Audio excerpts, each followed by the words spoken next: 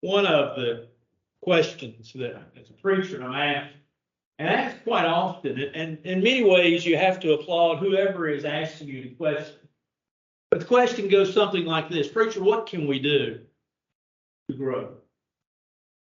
And that's a great question, because the question, while it should be from a standpoint of individual and then church, the question is usually centered around the idea of church. What can a congregation do to grow? And the first thing we have to understand is that in church growth, there is no bullet answer. There is no one answer that will satisfy the whole brotherhood, let alone every congregation. And what works in one congregation may not work in another. And what two things work in one congregation may never work anywhere else. And so there's a lot of variables in the idea of church growth. But church growth comes about really when we understand that it's a package, that people are looking for a package. We may not like what I'm about to tell you. Some of you may not appreciate what I'm about to tell you, but it's a reality. Statistics show us this, surveys have showed us this, there are a few finders and other places as well. That these are the things that when people go out looking for a church. Now, there's the first point, and we need to understand that. The vast majority of folks are not going out looking for a church. True growth ultimately comes by individuals making friends, inviting, talking to their friends, bringing their friends to church. That's what church growth, and that's where church growth comes from. It does not come from building a building or anything else. And we're going to talk about some things in just a second. But it is to say that we have to understand that real growth in this age comes from folks bringing their friends to church. That's how we grow. You know, back in the 60s, you could build a church building, you could open the door, people would flock into it. That doesn't happen anymore. But what are people really looking for? Well, first of all, people are really looking for people. You might say, well, that's redundant and that's simple. We have to understand that man is a social being, and people like people.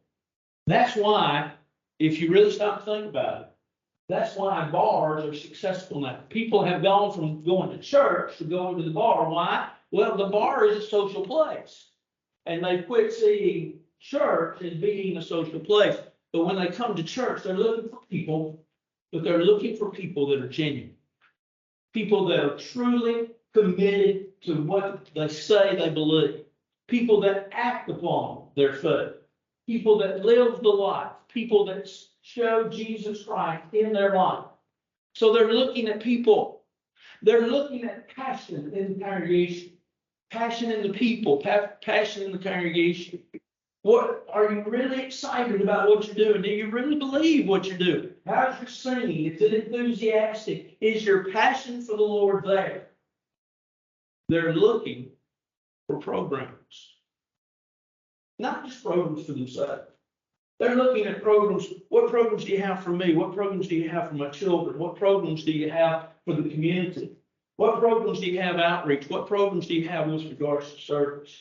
What programs are you doing for your community? What programs are you doing to reach out to others? And they're looking at programs. They're looking at plays. They're looking at your building. They're looking to see if your building is up to date. They're looking to see if it's nice, if it's convenient, but if it has a nice appearance, a fresh appearance, a new appearance, an appearance that's well maintained and well kept. That is up to date. They're looking at your facilities. Like it or not, it's a reality. They're also looking at your preacher. Admittedly, though, only about 2% of people really care about the preacher. So you said we put a big thing on it. It's really not. Folks really don't care about the preacher, but they're looking for a preacher. They're looking for a preacher that can preach the word. They're looking for a preacher that can communicate, for a preacher that cares, for a preacher that is concerned about them and about what's going on in their life. They're looking for a preacher that really is true but also has the ability to communicate to others. That's what they're looking for. They're looking for those 5 P's. They're looking for people, they're looking for passion, they're looking for programs, they're looking for place, and they're looking for preaching. So what can we do? But ultimately, we have to look to Jesus. We have to keep our eye on Jesus.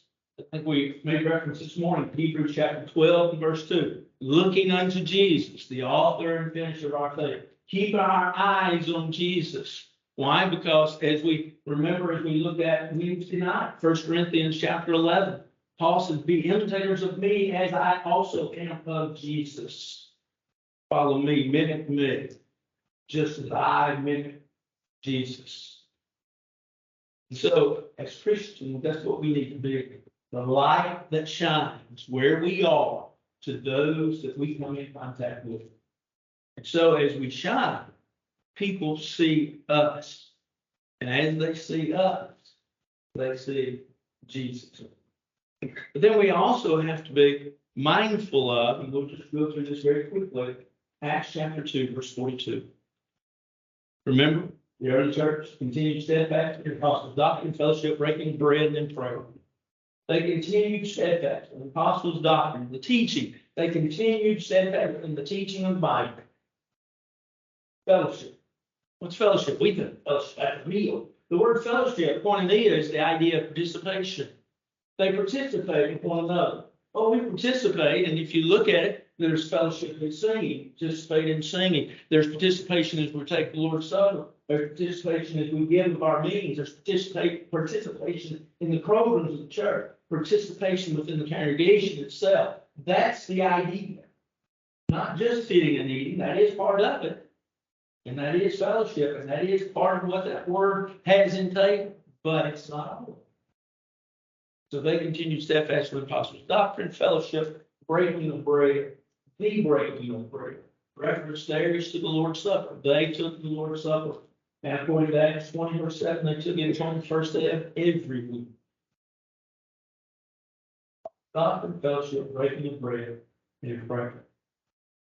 Church that prays. And I believe that's where we must begin. By being the church, spend time praying in our homes and wherever we can, in cars. But here is what we need to think about: being a praying church, a church that is constantly on its knees, praying to God and asking and petitioning Him for what we need and for the help, for the intelligence, if you will, for the strength, for the ideas, for the thoughts. We need His help. That He will respond. That's what we need. And that's church growth is all about now in a nutshell. So while I could have made that 3 or 4 sermons, we put it all in. Well, Jay gave me 15. I think that's it. 12 and a half. So I've still got. But if you need to respond to the Lord's invitation, I want you to do so. I'll get it.